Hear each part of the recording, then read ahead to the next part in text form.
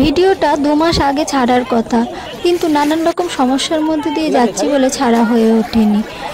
আমরা যাচ্ছি কুম্ভের মেলায়। রাতের শহর কলকাতাকে দেখতে দেখতে আমরা হাওড়া স্টেশনে পৌঁছে গেছিলাম। আমাদের ট্রেন 1.5 ঘন্টা লেট ছিল। 1.5 ঘন্টা পর ট্রেন যখন ঢুকলো, মহা আনন্দে ট্রেনে উঠলাম। যাওয়ার সময় বেশ ভালোই এনার্জি ছিল, মনের মধ্যে অনেক আনন্দ নিয়ে আমরা আমাদের সিটগুলোতে গিয়ে বসলাম।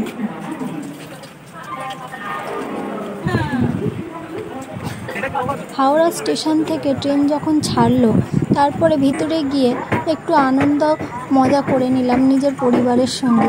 তারপর খাবার নিয়ে গেছিলাম সঙ্গে করে, সেই খাবার খেয়ে আমরা শুয়ে পড়েছিলাম। পরের দিন গয়া স্টেশন পার করার পর থেকেই ট্রেনে ভিড় হতে শুরু করলো। স্লিপার বগিগুলো সব জেনারেল হয়ে গেছিলো। আর করবো, সবাই তীর্থ করতে যাচ্ছি, তাই সব কিছু মেনে নিতে হলো।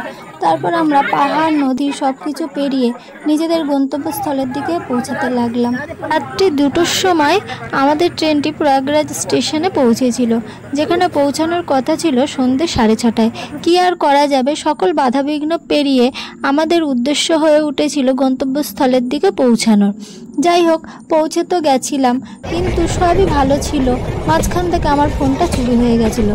বিশ্বাস করুন, মেলার মধ্যে কোটি কোটি মানুষের ভিড়ের মধ্যে আমরা ছিলাম, নিজেদের পার্সোনাল টেন্ট নিয়ে গেছিলাম, কিন্তু অত ভিড়ের মধ্যে অত ঘোরাফেরা করেছি, কেউ কিন্তু সাহস পায়নি ধারে কাছে আসবে বা ব্যাগের মধ্যে হাত দিয়ে টাচ করবে।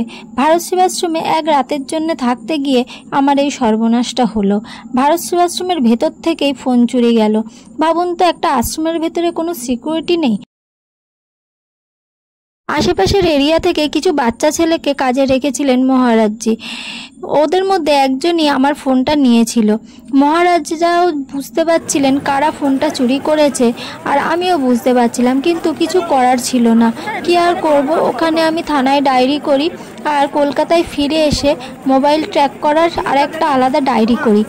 তারপরে ওখানেই আমার এক দাদা থাকেন পরিচিত, তাকে আমি সব জানাই, আর সে দায়িত্ব নেয় আমার মোবাইল খুঁজে দেওয়ার।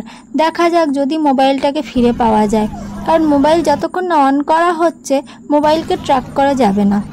মোবাইলের মধ্যেই আমার টিকিটগুলো সব ছিল। কি করব, ফিরবো কিভাবে, খুব টেনশনে পড়ে গেছিলাম, কারণ আমাদের 28 তারিখের টিকিট কনফার্ম ছিল। 26 তারিখে শিবরাত্রি ওখানেই কাটিয়ে আসার কথা ছিল, কিন্তু হঠাৎ করে ফোন করে মা কান্নাকাটি শুরু করেছিল। দাদাকে নাকি এমার্জেন্সি অবস্থায় নার্সিংহোমে ভর্তি করা হয়েছে। বাবা আর মা কলকাতায় একা পড়ে গেছিল, আর আমি এখানে টেনশনে মরছিলাম। কি করব, কি করে বাড়িতে ফিরবো, ফোনও হারিয়ে গেছে, টিকিটটা ফোনের মধ্যে। কি যে করব, আমরা এতগুলো মানুষ। আমার ফোনে বারবার ফোন করছিলাম অন্য ফোন থেকে। যে ফোনটা চুরি করেছিল সে একটা বাচ্চা ছেলে। ফোনটা ধরে সবই শুনলো। আমি আমার সমস্যার কথা তাকে সব খুলে বললাম। সে হুঁ হাঁ করছে, কিন্তু ফোন আর কিছুতে আমাকে ফেরত দেয় না। কি আর করা যায়, বুঝতেই পারছি ছোট মানুষ ভুল করে ফেলেছে লোভের বশে। কিন্তু ফোনটা যদি ফেরত দিত, সত্যিই আমি ওকে কিছু টাকা দিয়ে আসতাম, কিন্তু তা সে করলো না। খুব সমস্যা করে আমাকে কলকাতায় ফিরতে হয়েছিল। যাই হোক, এই মহাপুরুষকে আপনারা যে দর্শন করছেন, ইনি হচ্ছেন মহাভারতের পিতামহ ভীষ্ম।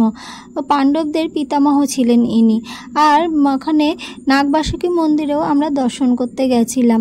নাগবাসুকী হচ্ছেন যাকে দড়ি বানিয়ে দেবতা ও অসুররা পর্বত মন্থন করেছিল, আর যেখান থেকে অমৃত আর গরল বেরিয়েছিল। নাগবাসুকী দেবকে দর্শন না করলে আমাদের এই পুণ্যস্নানটা সম্পূর্ণই হতো না।